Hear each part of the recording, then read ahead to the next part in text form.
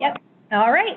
Great. If you could advance the slides for me, that'd be great. This is, good afternoon, everyone. This is Jennifer Kovich-Bordnick, the CEO of the eHealth Initiative and Foundation, and I am so delighted to have you join us today for this really special webinar, which I feel really strongly about, and I'm just delighted we're going to be talking about this topic today with specialty pharmacy drugs and FHIR, two really critical important issues and two different topic areas that can really help each other significantly. So, and we've got a really stellar crew here to address you today. So I'm thrilled about that. So thank you for joining us today.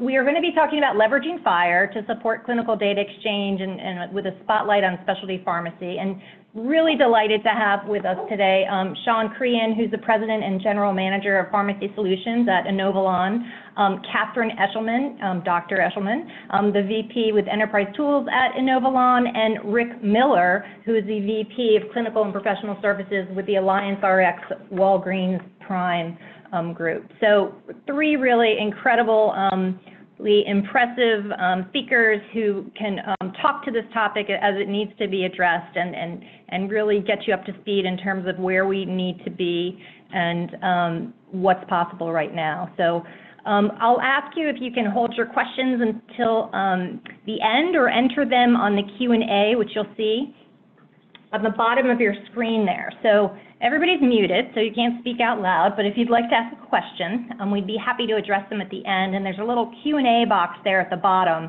of your screen, and we're going to get to as many questions as we can, and Kaylee's put a nice little picture up there for you of what the box looks like.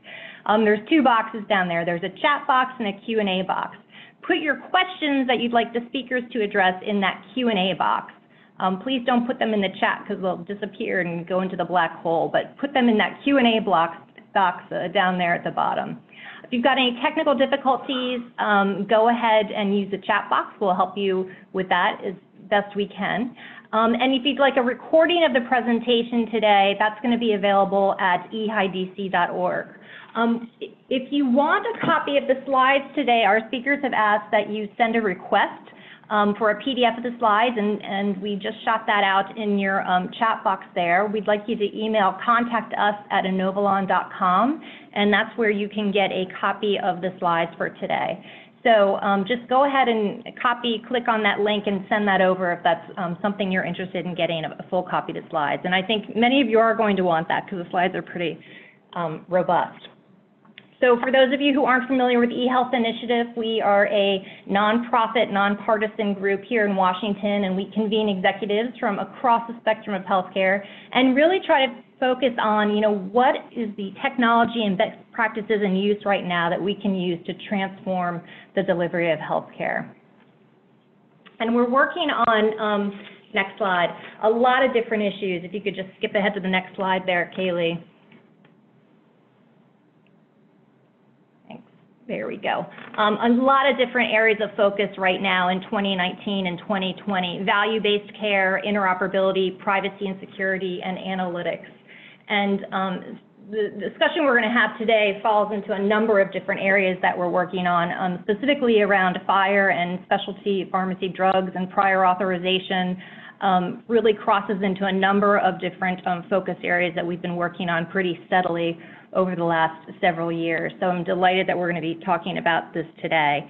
And I do want to just take a moment to share a brief story and just tell you why I think this topic is so important. It can be fairly technical, as we're going to get into. We're going to talk a lot about FHIR and some of the technical issues and prior authorization and all of those items as we get through. But what specialty pharmacy is really about is about getting drugs to sick people. And I've had a very personal experience, been able to deal with this over the last year and a half and learned a lot about why specialty pharmacy is so important.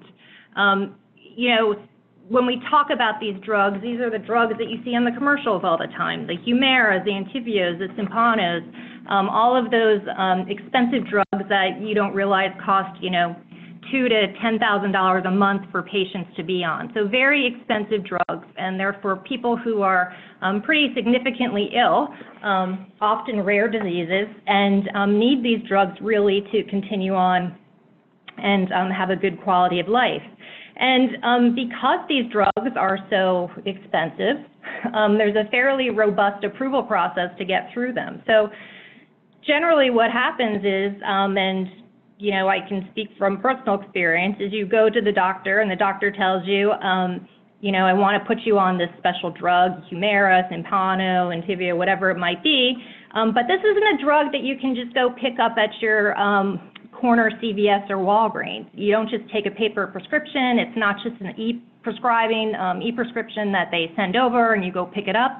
This is a really different kind of drug. It's an expensive drug. It's a rare drug. It's something that might have to be shipped to your house, or it might come in the form of injection, or it might be something you have to take through an IV.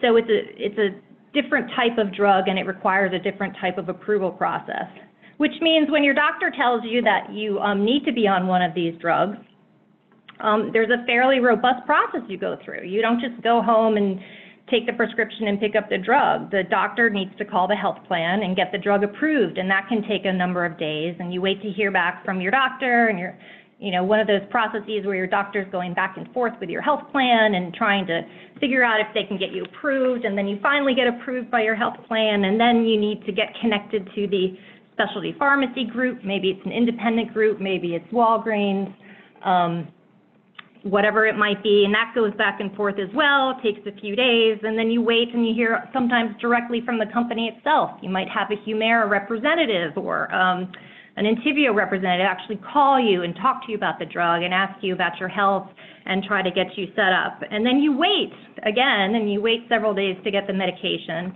And then the medication, often you need patient education, and you need to learn about how to administer the drug. It could be you need to give yourself an injection, or it could be that the drug is something that you might need to have through an IV, and you might need to go to a clinic where you can get the drug administered to you.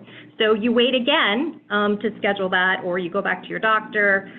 It's basically a very long process just to get the drug itself. So from the time that you're told you need this drug to the time that you actually receive the drug can be a fairly long time period. And the thing about this is the whole time you're waiting for this drug, you're actually not feeling well and you're ill. So this is a really, you know, not a great experience right now for a lot of patients who are dealing with these specialty pharmacy drugs and trying to figure out how to get them quickly and efficiently and deal with them. So historically, you know, this has been a kind of a choppy process in terms of getting these drugs, and trying to figure out, fairly disjointed, has been historically in terms of getting these drugs into patients' hands and getting them paid for, and doing it in a way that provides a good patient experience and also, you know, checks all the boxes. So,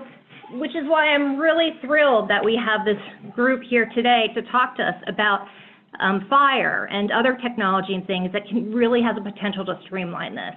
Because if there was ever a process that needed to be streamlined and to really improve the patient experience, I think this is it. So if we can find a way to use FHIR, and I think you're going to hear today from several of our guests about different ways that we can use this technology to improve the experience, I think that that's really tremendous, and I'm just really delighted that we've got this crew with us here today to talk about how we're going to do that. So I'm looking forward to that. So if we could get on to the next slide here. Oh, keep going, next one. Oh, we do want to thank Inovalon, who's doing a lot of really critical work, and you're about to hear about that in this area today, and all the great work they're doing to really help patients out here and help streamline this. So we're going to hear about that now. I'm going to get to the next slide. Okay, so I think we're going to start. We've got our three speakers here. We're going to start with Shawn, I believe. So, Shawn? Actually, we're going to start, Kate's going to start the presentation. Oh, great. Super. So thank you so much. First of all, I want to thank EHI, all of our colleagues there, for making this webinar happen. Really aligned with your mission at EHI, and really happy to be here. I also want to thank you for sharing your personal experience with specialty pharmacy. I think that, you know, for people that have not experienced it, to have someone talk about the process is really important, and that really hit home as a way to introduce what we're going to talk about today. So if you go ahead and hit the next slide. So what is the problem we are trying to solve? There's two things going on right now. The important patient data is scattered everywhere in silos. And this is data that we need to take care of our patients. The patients need it, the payers need it, but it's scattered all around in these different silos. And at the same time, healthcare costs are continuing to rise. These two somewhat obvious points are very related in that a lot of times healthcare costs are rising because of lack of data. If you don't have data on a patient, you might end up reordering a lab that got done a week ago. And I can speak to this from personal experience as an internal medicine physician, both in the hospital and outpatient. And when you're seeing a new patient or a patient that's new in your office or hospital, you really need to get your hands on the relevant data that's going to help you to care for that patient. And getting that data, even today in 2019, is still a very difficult process. The future of healthcare in the United States is really around having new data standards that make it easier to transfer important data to people who need it to provide treatment for the patients. So I'm going to talk a little bit about FHIR, because with FHIR, that future state is actually happening right now as we speak. And then Shawn's going to speak a little bit about the specialty pharmacy background and give us some context there. And then Rick Miller is going to speak about an actual use case that we have in place. So really excited to have this presentation. And if you want to hit the next slide, we're going to talk a little bit about FHIR. I am a physician. I am not a software engineer. However, I have been in training for FHIR, gotten familiarity with FHIR, and I want to give just a very high-level explanation of, what is FHIR. So first, start with the acronym. It stands for Fast Healthcare Interoperability Resources. And it's really two things. It's getting the data mapped. It's a standard, right? So you want to be able to map data to discrete elements. And in the FHIR world, we call those resources. So an example of that might be an allergy to penicillin. And you want to have a standardized way that everybody is using across all the industry to say this means this person is allergic to penicillin. So FHIR as a standard is very important because we are able to map that data in the right way. The second is, and this is equally important, it's a RESTful API. API stands for Application Programming Interface. And what that means is once the data is mapped in your silo, it's easy to exchange data with another silo. And then we get to the point where those silos no longer exist. So having the mapping by itself, having the APIs by itself is not powerful. What's powerful is the combination of having those two entities together, and that's what FHIR represents. Next slide, please.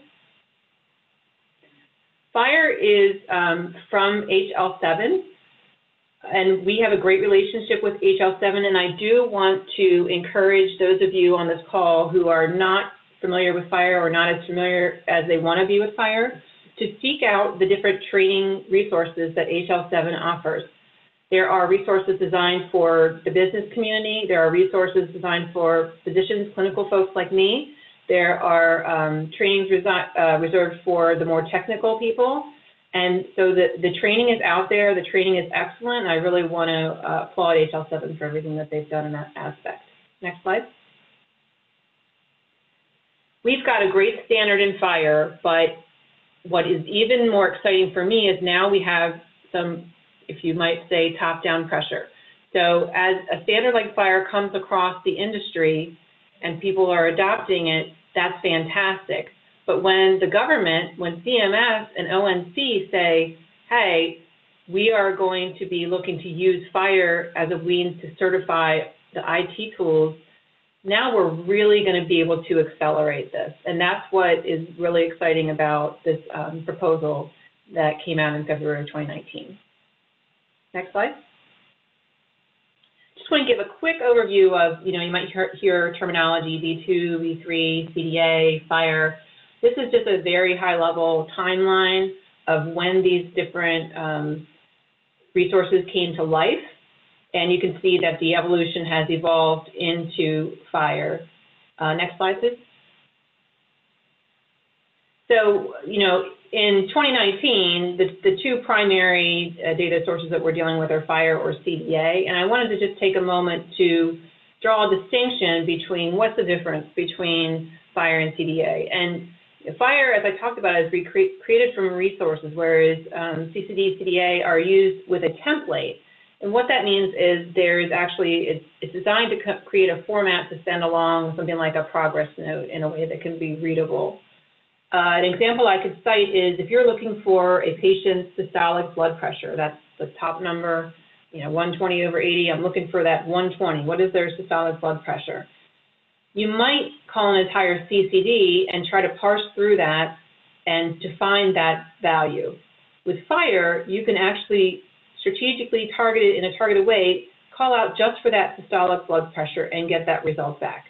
And so that's the value of the way FHIR is structured, and that's the benefit over CDA. Next slide, please. There's a lot going on in the healthcare industry around FHIR. I'm highlighting just two of many, many initiatives that are going on.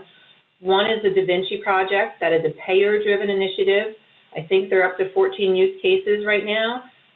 It could be counting, and including post-hospitalization medication reconciliation and the ability to share laboratory data across various labs for one patient. Very exciting work going on there. And then also want to highlight the Karen Alliance, where is more focused on the consumer and how to drive consumer access to healthcare data through the Blue Button framework. Next slide. I want to talk a little bit about three things that we have found in our FHIR journey are really, really important. We've accepted FHIR as our standard, and what does that really mean? The first one I want to speak about is patient matching. It is fundamentally important as you're rolling out FHIR strategies to have a good patient matching system in place. And we all rush to the very real concern that you might mismatch a patient, that a patient with a slightly different name or birth date, and you might accidentally send back the wrong information. The way the matching works is actually the other extreme is far more likely and concerning in that you are so conservative in your matching criteria that you don't actually get the full benefit of being able to match more patients. And, matching human beings is not a new thing. A lot of industries have tackled this problem. You think about your credit scores, entities in the government are tracking. But my recommendation is just to make sure that you have in place a good patient matching strategy. Next slide. I want to talk a little bit about the different types of data that we now have at our fingertips and how do we marry all that data together into one piece of information that is usable. And primarily, this claims data, which has a lot of great information around the patient's conditions, around what medications they've actually filled, all kinds of information in claims data, obviously. And then also the EHR has a lot of data as well. That's sometimes referred to as clinical data in contrast to claims data, but to me, it's all clinical data. And the EHR might have diagnoses as well, might have medications prescribed, right, different than medications filled. So what we have done is come together and we have figured out a way to map all of these different data points into the different appropriate resources for FHIR. So what I mean by that is a diabetes diagnosis that's coming out of an EHR is going to be treated the same way as a diabetes diagnosis that's coming from a claim, in that we're able to evaluate and standardize that with different rules and checks and validations in place. Next slide, please. Number three, I love talking about this topic. So as a physician, I have, been running around ranting, why can't we have more data on our patients? The patients expect us to have this data. Why is it so hard to track down data on my patient when my patient is sitting in front of me? They expect that I know what happened to them in the emergency room last week. However, here's the flip side to that. Turning on the floodgates and burying a provider or anyone with too much information is as not helpful as not having the information at all. In other words, the past where you're hunting around trying to get your paws on the information, and then the ability to have all kinds of information will just be overwhelming for anyone. And so what we've done is we've created what we call the clinical intelligence engine. And what that is saying, okay, I understand the question you're trying to ask as you're taking care, as you're treating this patient. How do we meaningfully understand it and give you back the data that you need, not just a huge data dump on this patient? Because we do ourselves no favors by going from one extreme of not having enough data to the other extreme of overwhelming people with too much data. And it's very, very important in our strategy. Next slide. I want to transition over to Shawn Crahan, who's going to give us some more background around the specialty pharmacy industry. Shawn? Thanks, Kate. Great overview of FHIR, and obviously its importance and benefit in delivering that ultimate experience for interoperability. So appreciate the overview. I'm going to turn the corner here and talk a little bit about Inovalon's market position and frame up the conversation around where we sit in the marketplace, share some data points and market dynamics about why we have a spotlight on specialty pharmacy, and then how data makes a difference for the specialty pharmacies and the patients that they serve. So, you know, at Inovalon, we think about the meaningfulness of data every single day and have done so for many years. We use the data to drive cost efficiencies in the system and improve clinical quality and outcomes. Through our Inovalon One platform, we use deep data assets, again, curated over decades and numerous technologies like AI and NLP to drive that meaningfulness of the data to the many stakeholders and points of care that are soon to be more and more integrated through capabilities of FHIR and otherwise. Within specialty pharmacy, our ScriptMed platform is the leader in the space with 35% of the specialty pharmacy market.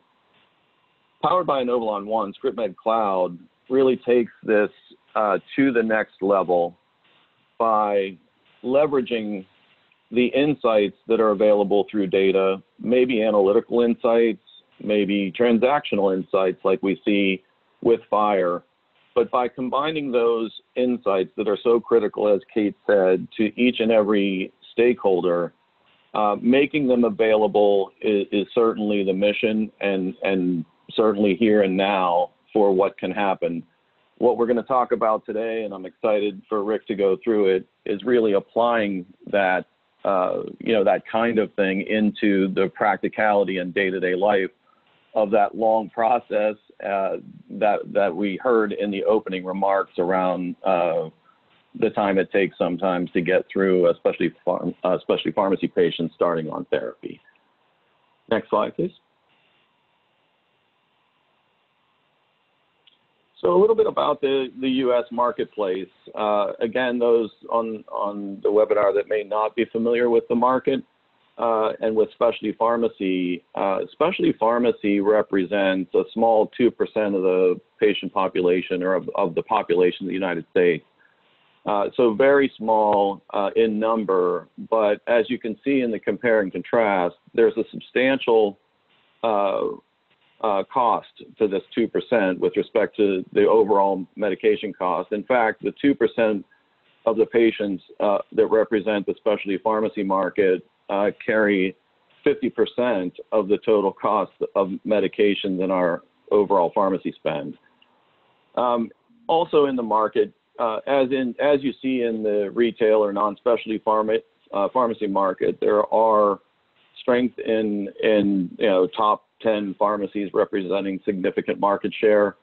You see that in specialty pharmacy with the top 10 specialty pharmacies representing 85% or so of the market. Next slide, please. So kind of looking at what drives that and why, the specialty pharmacy market has experienced a significant amount of growth. It's driven by the tremendous pipeline and innovation in the pharmaceutical industry. We see that continuing far into the future. And what we're seeing is that specialty pharmacies expanding into smaller and larger populations with the orphan and ultra-orphan therapies for rare diseases coming to market with just hundreds of patients to benefit. And also bigger disease states like, rheumatoid arthritis, as was referenced earlier in the conversation with some of these bigger disease states. There's hundreds of thousands of patients. So there's a trend here that lend itself to a very dynamic market with disparate needs even among the 2% of those patients. So manufacturers really look at this, and depending on each and every product that they're launching or is in the market, they're looking at that patient experience ever so closer, and as well as the provider experience in terms of what it takes to get the patient cared for appropriately and the patient's on the right therapy and staying on the right therapy. At the same time, we have U.S. health policies and other drivers that are driving toward value-oriented contracting. And that underscores essentially the need to combine technology, data, and interoperability to make sure that these align in a meaningful way. I think we also see a few other trends. One at the end here is the 340B pharmacy provisions really provide benefit for health system specialty pharmacies, and we see that in a significant growth of health systems entering the market in many different ways. And so there's a good trend there, and it lends itself to the underscoring that there is a lot of opportunity in this marketplace as we see the dynamics play out. Next slide, please.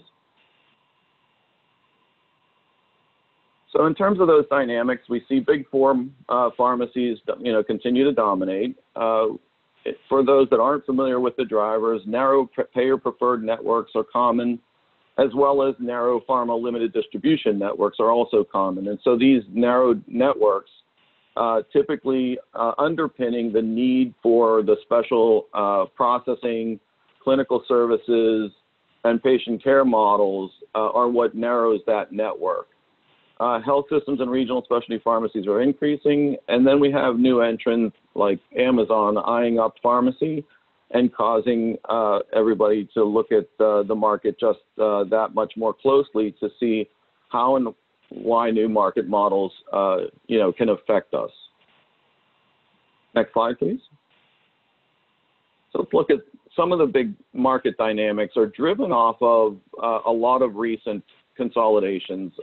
Increasingly consolidating market now beyond pharmacy, where pharmacy and payer alignments are driving new dynamics in the market. So we see this CVS and Aetna dynamic driving things like technology that ensures patients and their providers can easily access services. Introducing new concept stores for chronic disease. Next slide. We see Cigna and Express Scripts driving additional type of dynamics with more integrated approach to addressing the whole person, helping bring new choices to the customers. Next slide. We see Walgreens introducing things like teaming up with Humana for primary care clinics and looking at new channels and taking a stake in a specialty pharmacy developer that works closely with hospitals and health systems, capitalizing on that trend that we just spoke about a little bit ago. Next slide, please.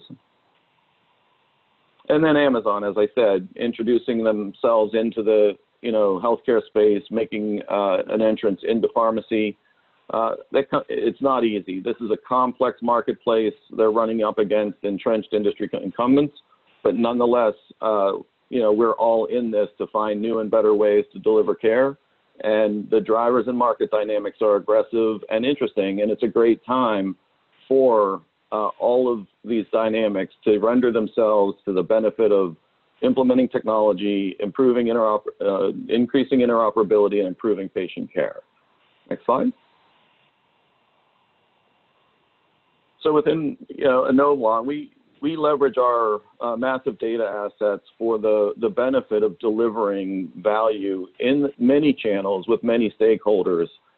And so in doing so, we look at this as a great opportunity to take what already we can learn analytically and otherwise from data, resources of 278 million patients and the medical events, and applying models to these, combined with the low-grain transactional value of integrating into EHRs and other partners, and sharing both insights and data transactions in real time is absolutely our mission and what's making a difference in the models as we move forward. Next slide. So when you look at the depth and breadth of data, as we look at it from a macro point of view within the registry, we see demographics, benefit designs, encounters and claims, and socioeconomic insights.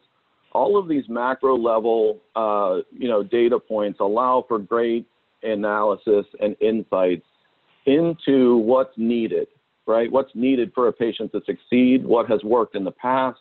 We can learn from that in order to identify and implement the most robust and impactful patient use cases.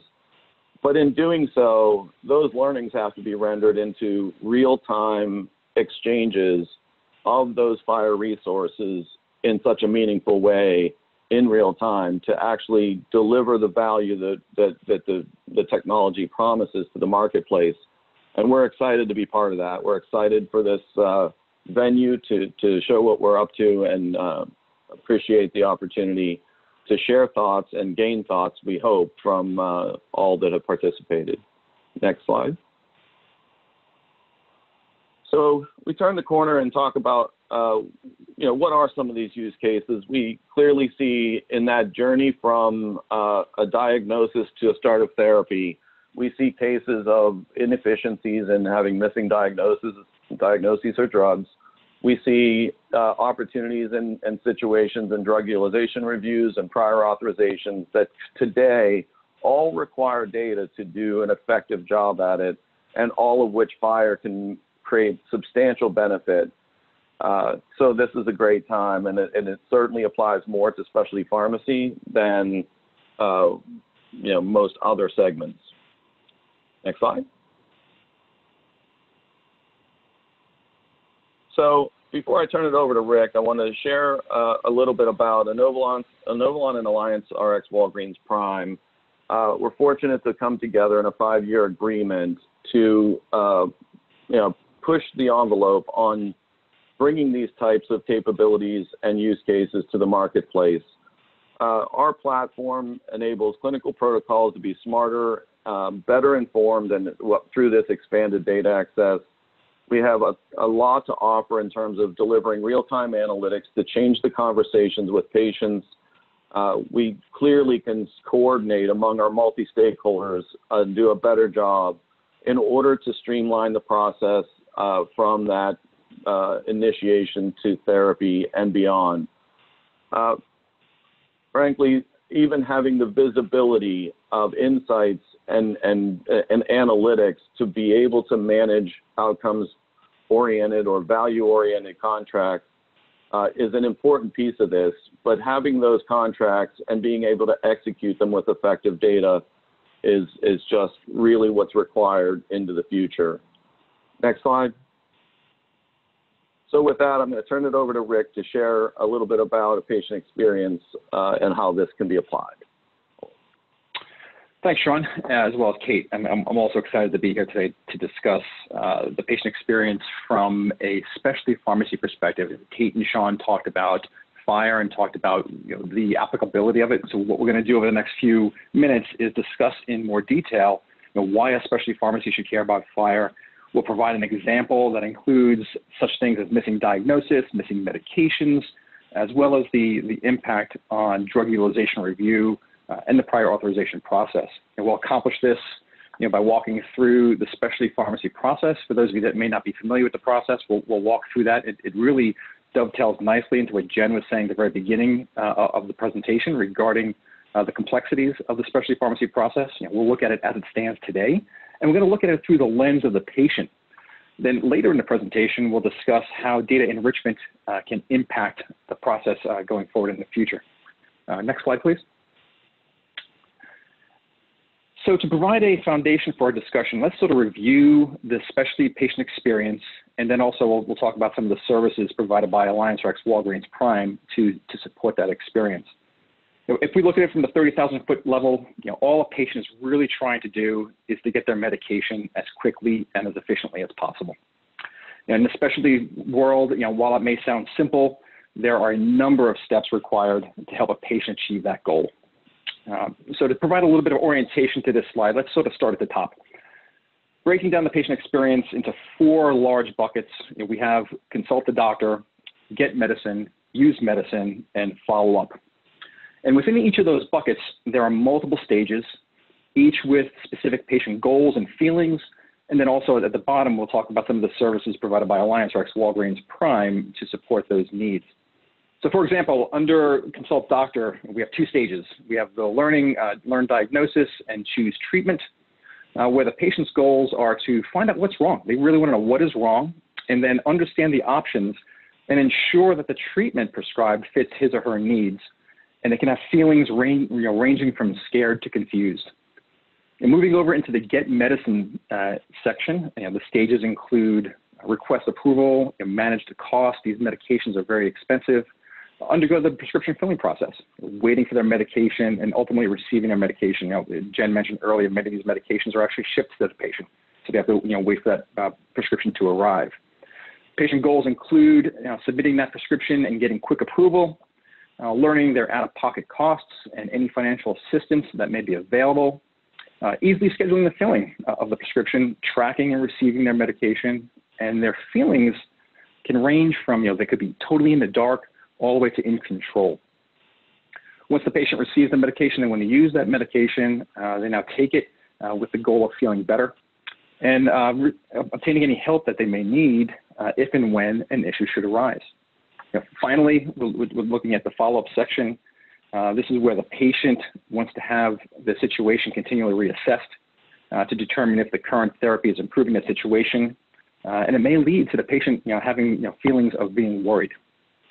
So within this context, as Jen mentioned earlier, most patients are really not aware of the concept of specialty pharmacy. The first time they hear of the concept of specialty pharmacy is when a specialty pharmacy outreaches to the patient to support the patient in obtaining their specialty medication. Across the bottom of the table are some services provided by AllianceRx Walgreens Prime to assist the patient through their experience. And the tool that we use today to support the patient experience is the ScriptMed platform through Inovalon. What is key to point out is that the services provided by AllianceRx Walgreens Prime are dependent on the transferring of information or data, either getting data from the prescriber to AllianceRx Walgreens Prime, from the patient to the specialty pharmacy, from the specialty pharmacy both back to the prescriber or the patient, as well as other key stakeholders such as insurance companies or third-party payers. I think it's key to point out here, the first footnote on this slide talks about external constraints. So there are some external constraints that may hinder the timeliness of each of the stages, and all of which are dependent upon the sharing of information. I always joke with Shawn, it's just ones and zeros. Can't you get me the data quicker? It's just, all this is just ones and zeros. A pharmacist, not a IT guy, so I got to give him a little bit of a hard time there. This table will be sort of the foundation of the upcoming slides, and we're really going to just focus in the area of get medicine and follow up. Next slide, please. So now I have to do an official disclaimer. We have built a case study, but the following case study is for illustrative purposes only. All information has been de-identified, including but not limited to modification, deletion, or removal of any of the 18 HIPAA identifiers, such as patient name, dates of service, prescriber name, and insurance information. So the intent of this case study is to provide a real-life example of the current patient experience, as well as the future patient experience, utilizing this data enrichment capabilities and moving toward data-driven healthcare. Next slide, please. So to start the background, we have of our case, we have a patient CA. She's a 53-year-old female diagnosed with rheumatoid arthritis. Her RA has been classified as moderate based upon her symptoms as well as her blood work and an X-ray. CA was initiated on methotrexate, 7.5 milligrams by mouth weekly, and after 3 months on treatment, CA reported that she had no improvements in her RA symptoms. So at that time, the rheumatologist discontinued the methotrexate and added a TNF-alpha inhibitor to CA's therapy regimen. So at this point, the prescription is sent to AllianceRx Walgreens Prime, as it is a specialty medication. We received a prescription for Cimzia, 200 milligrams subcutaneous every other week. So that's the sort of the background for our case study. Next slide, please. So if we're looking at the request approval stage as well as the patient management that's provided, we're going to start in the Get Medicine request approval with the patient goal here to gain approval of their prescription. That's simple. They have a simple goal here. Next slide, please. So as part of the process, now AllianceRx Walgreens Prime has a patient management process where we process the referral that we receive from the prescriber. On day one, we pre-QA the order, or otherwise known as order entry, where we actually enter the information received on the prescription into ScriptMed. And this prescription did not come with a diagnosis, and so an outreach was provided to the physician for a diagnosis for this patient. It just happened to be that CA's insurance company requires a diagnosis prior to submission of a claim. Also, just as a side note for the non-clinicians on the call, Cimzia has more than one FDA-approved indication, and each of those different indications may have different dosing based upon the patient diagnosis. So after we reach out to the prescriber and we obtain the ICD-10 code, the information is then submitted to the insurance company for payment, at which point the claim is rejected as this medication requires a prior authorization. At that point, AllianceRx Walgreens Prime performs an outreach to the physician to inform of the PA request. So on day 3, the physician staff fills out the PA form and submits to the insurance company. And depending upon the process with the insurance company, there's a lot of there may be some back and forth between the insurance company. And on day 7, the physician receives approval of the PA. After which, on day 8, the pharmacy receives notification of the PA approval from the physician's office, and at that point in time, the pharmacy outreaches to the patient to schedule their order. I think a key takeaway on this slide, just to share with the group, is that it took 8 days to get the request approval and managed cost stages of the Get Medicine process completed. Next slide, please. So still within the Get Medicine section, we're now going to go under the section of undergo prescription fill. The patient's goal here is to obtain their prescription as easily as possible and get the delivery of their medication. Next slide, please. So as part of that process, AllianceRx Walgreens Prime, in our patient management process, we perform a patient assessment. As part of this patient assessment, we are on day 8, since we received the prescription. So on day 8, a patient care coordinator, also known as a PCC, performs an outreach. We contact the patient to schedule the delivery of their order, as well as complete an initial survey. The initial survey includes obtaining current patient information. We want to be able to have a full, complete picture of the patient to make sure we're properly managing the patient. And during the onboarding of the patient, CA indicated that she has no known allergies. She also provided some of her comorbidities. She has high blood pressure, high cholesterol, and depression. CA also provided us a list of her current medications. You'll see them listed there: lisinopril, atorvastatin. She's also taken a multivitamin, ibuprofen, as well as the methotrexate that was recently discontinued. As part of the onboarding, the patient confirmed that she is new to therapy, meaning that this is the first time she is taking Cimzia, and that she's also taking it for rheumatoid arthritis. During the initial survey, CA was screened for tuberculosis at which point CA said she was not screened. And for, just as background for if there are non-clinicians on the call, when starting a TNF-alpha inhibitor such as Cimzia, the recommendation is that the patient be screened for tuberculosis. Next slide, please. So after the patient is onboarded with a patient care coordinator, the call is warm transferred for counseling to a pharmacist on the medication as well as on the disease state. As part of the counseling of the medication, we talk to the patient about the proper storage of the medication, the proper administration techniques, the importance of adherence. We'll talk about any potential adverse events that could occur or side effects that occur and how to mitigate those, as well as any information on the disease state. During this assessment, the pharmacist also identified that CA was not on the recommended induction dose of Cimzia. Just for, again, for non-clinicians, Cimzia there is a recommendation that the patient initiates therapy on what's called an induction or a loading dose, then followed by the maintenance dose. Just so for quick reference, it's recommended that patients begin on 400 milligrams initially, and then at weeks 2 and 4, followed by 200 milligrams every other week. If you recall on the prior slide, the prescription that was received by AllianceRx Walgreens Prime was for 200 milligrams every other week. So we received a prescription for the maintenance dose and no prescription for the loading dose. The pharmacist also reviewed CA's profile and noticed that CA indicated she did not receive the appropriate lab test prior to starting Cimzia, and that lab test being a TB screening.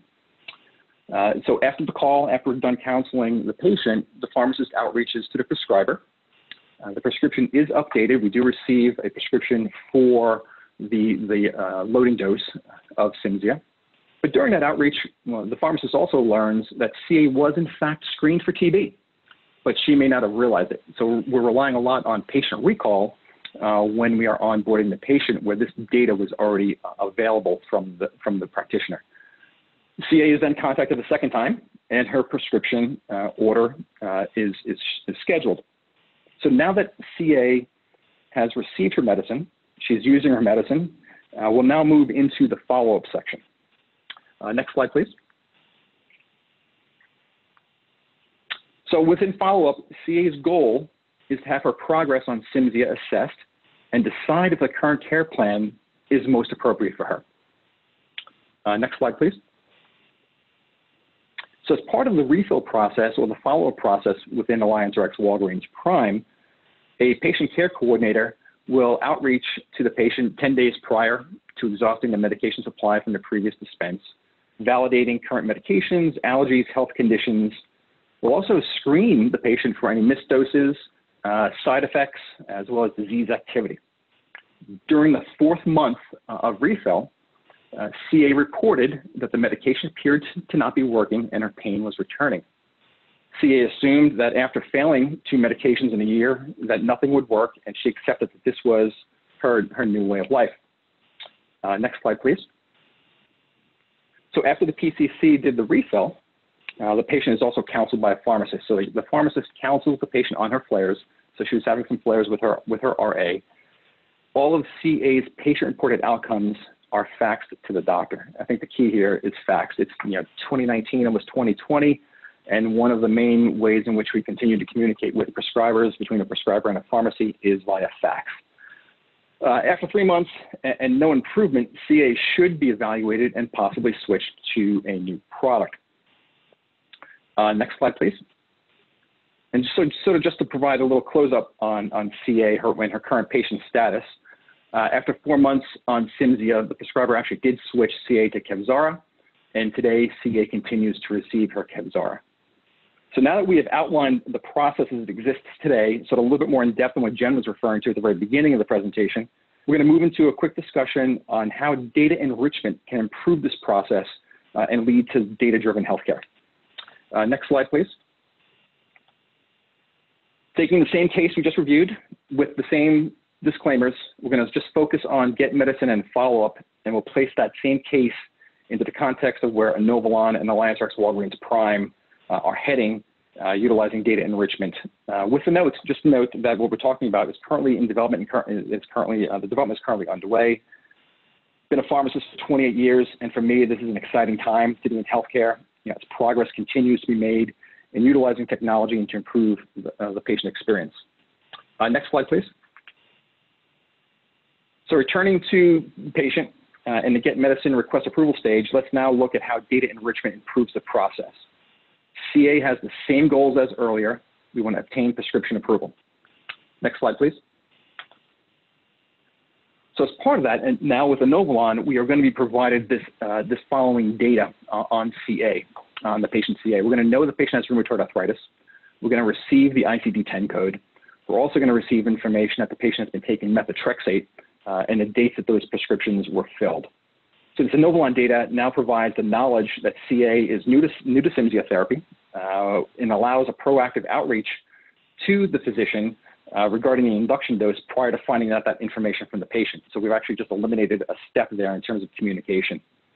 Additionally, AllianceRx Walgreens Prime now knows that she has the diagnosis of RA and has also been previously prescribed methotrexate. Next slide, please. With this additional knowledge, the time in the request approval stage is reduced. So if you recall earlier, it was 8 days, but now on day 1, we're contacting the physician for an updated prescription. We're providing the PA form. The physician is submitting to the insurance company for a PA. The physician still has to work with the payer regarding the PA approval. And then on day 4, we receive an update on the approval of the PA from the physician's office. And now on day 4, instead of day 8, we are reaching out to the patient.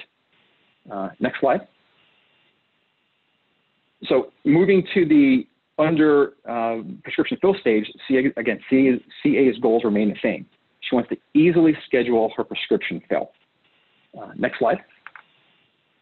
And as part of the data enrichment from Inovalon, AllianceRx Walgreens Prime will have this valuable information to properly assess the patient.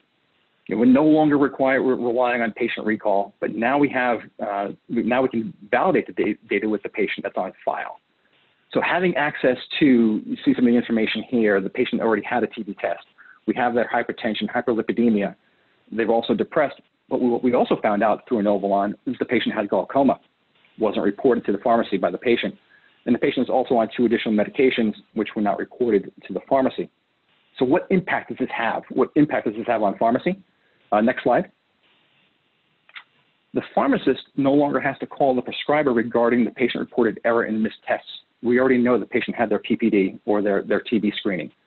The pharmacist can provide the most accurate patient support with a confirmed diagnosis, and we have access to accurate prescribed medications to personalize that experience for CA. So let's switch a little bit into the follow-up stage on the next slide. The goals remain the same. She wants to have her situation assessed and decide if the current therapy is most appropriate to help improve her quality of life. Next slide, please. So as part of data enrichment, we're going to have the pharmacist is going to have access to data from Inovalon regarding all of the prescriptions that are being filled. And what's interesting here, we're also going to have access to the ER visit. You'll see that the patient had the ER visit for unspecified joint pain and also received a prescription for Percocet. So again, what does this impact have on patient care and accessing the data? Next slide, please. The pharmacist can review the history of all the prescription medications filled. We can track disease activity, and we can continue prescriber communication. We can hopefully, before the time I retire, get away from using fax machines. We can work on communication with the prescriber to improve the level of care being provided to CA. So we'll quickly recap the information provided in the current state, and then we'll compare to the future state on the next slide. Next slide, please. So you'll see on the left, when we began earlier, the data that was provided to us from the patient-reported information. And then on the right, you'll see what Inovalon data enrichment actually provides to AllianceRx Walgreens Prime and the depth and the richness of the data that we have to be able to manage this patient. So how do we wrap all this up on the next slide? In the future state, CA receives, from CA's perspective, she receives her first dose of Cimzia much faster. She's also switched to a newer medication sooner. From the specialty pharmacy perspective, we're able to care for CA in a faster and more efficient way, and we're able to see her ER visits, which can prompt a quick follow-up to her prescriber, her rheumatologist, to switch to a new medication. One thing we haven't touched on is from the health plan's perspective. The health plan is now able to care for CA also in a much faster and more efficient way, and the health plan is benefiting from the specialty pharmacy's proactive care of the patient to avoid future ER and hospital expenses. So, again, as a pharmacist, it's an exciting time, as data enrichment will help improve the way in which specialty pharmacy patients are managed. And so at this time, I'll now turn it back over to Dr. Eshelman for some additional closing comments. Thanks so much, Rick. And thanks for that great overview that really takes it down to the patient level and shows how the data is really able to make a difference. There are a lot of future use cases that we can have that apply to this information. And right before the call, Shawn and I were talking about, we get these questions through the webinar, and how soon is this going to be available? When is it available? And the answer to that is it is available now. We've built the infrastructure. We've done the heavy lifting of getting all the pipes connected, if you will. And now what we're doing is we're working through all the different exciting use cases that we can put into place. Well, one of which is the implementation that Rick Miller is talking about with Walgreens AllianceRx Prime. So really, really exciting. If you want to hit the next slide. These are just a few awesome use cases. I think they're awesome off the top of my head that kind of from a physician's perspective and a pharmacist's perspective, getting the information that you need on a patient that rolls into the ER, getting just the kidney function that you need to do a CAT scan on a patient, being able to pinpoint the different medications that the pharmacist might want to know. A patient goes to a nursing home, being able to get laboratory data, and then a primary care physician obviously can get things that happened when they were in the hospital. So, we've got the pipes in place. We're implementing this use case that we just described. We're excited about all of our other use cases, and really happy to talk forever about the future of FHIR and what it can really do for us. And I just want to close. I think I'm going to try to answer a few other questions. So the question of, when is this possible? The answer is now. We've got the pipes in place, and it's just a matter of implementing all the different use cases.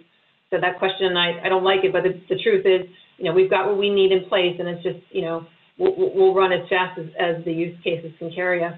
And there was another question that had to do with Medicaid population and how do we apply FHIR in the Medicaid population. Everyone knows the Medicaid population is an incredibly, sometimes transient population. Patients sometimes often lose their insurance, get their insurance back, and they have a job, and they get their insurance to a job, and they lose that job, and there's a lot of flux. And actually, I think this helps a lot, because if we're able to, for treating and caring for the patient, if we're able to look through and find information on that patient, and we can actually piece that patient together in a way that we never could before, as we're looking at the different EHRs and finding different information about that patient to help that patient. So I think there's a lot of great utility in that.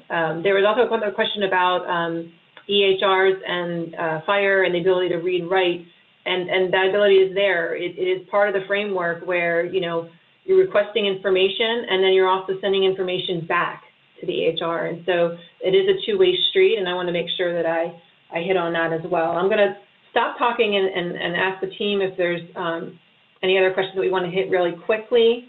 I'll turn it back over to you at EHI.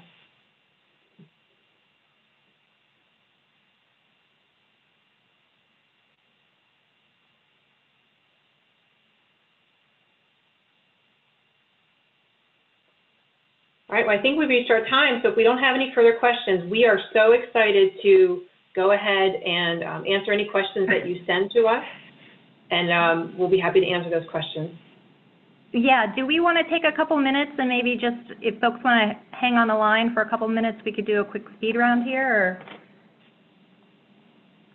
if our panelists have a few moments? Sure, I'm happy to. Okay, great. Because we do have a number of questions just coming in right now. I know we can't get to them all, but maybe real quickly we could just, there are some questions about pulling in the labs as discrete data. Is there a way to pull in the labs into this Inovalon data? And how does that happen? Yes, there is a way to pull in the labs. There are, resources, I'm not going to get too technical, but there are resources in FHIR around, one, did the lab occur? In other words, did they get their kidney function test? And then there are also resources that apply to what was the result of that kidney function test. And so, yes, you are able to get both the fact that the lab occurred and the results from the lab using the FHIR structure. Fantastic. And what about patient matching? Can you just speak quickly to patient matching in terms of how you're able to pull in multiple payer IDs? Is that possible with the system? Yeah, the patient matching strategy that we have in place is a very, I would say it's conservative. We want to make sure that we're erring on the side of caution, that we're definitely matching the patients across. But, I'm not going to speak into our exact methodology, but things that you would expect to be common as far as the patient's name, their date of birth, their zip code. There's lots of different ways to come up with a confident match. And I do very strongly feel that you need to make sure that you've got a good patient matching system in place in your organization. We have one in ours that we're very proud of, but patient matching is the fundamental part of this. Great. And one more quick question about, how are you working with these specialty pharmacy groups? Because sometimes they don't have the tech talent that they need. So what's kind of the interface there with the actual specialty pharmacy companies? Yeah, Rick or Shawn, you want to take that one?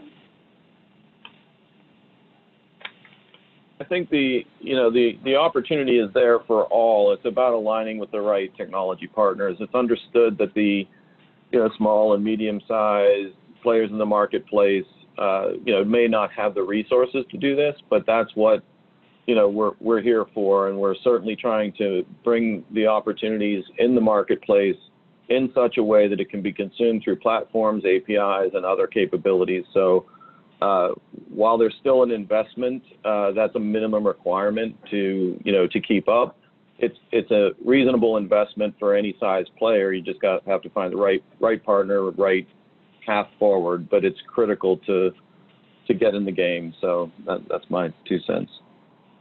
And then just one last question about, in terms of, are you conducting any kind of analysis in terms of disease progression or patient-reported outcomes along here? That might be farther down the line thinking about that, but interesting question. Maybe Rick or Yeah, go ahead, Rick, take that. No, I was gonna say, yeah, Kate. I think it might be a little early, but that is something we are definitely focused on. We want to see how we can improve patient outcomes and then report upon that research. So that is something that is on our radar, and it's part of our process plan going forward. I just really want to commend the group and I think Inovalon, because this is really tremendous. I mean, I hope we were able to kind of pull it all together there, but you're cutting down the time to get the meds to the patient and making it a much more streamlined process, I think, for people to get the drugs that they need. And it's great to see, that we're using the FHIR technology to pull this all together. So that's really tremendous. I really just want to commend the group and all the speakers today for joining us. We were not able to get to all the questions, but I do want to encourage folks to submit to that email in the chat box there and request if you have any additional questions that you didn't get answered today or you'd like a copy of the slides. I know that we, Inovalon and Walgreens would welcome your feedback and questions, so I encourage you to reach out to them.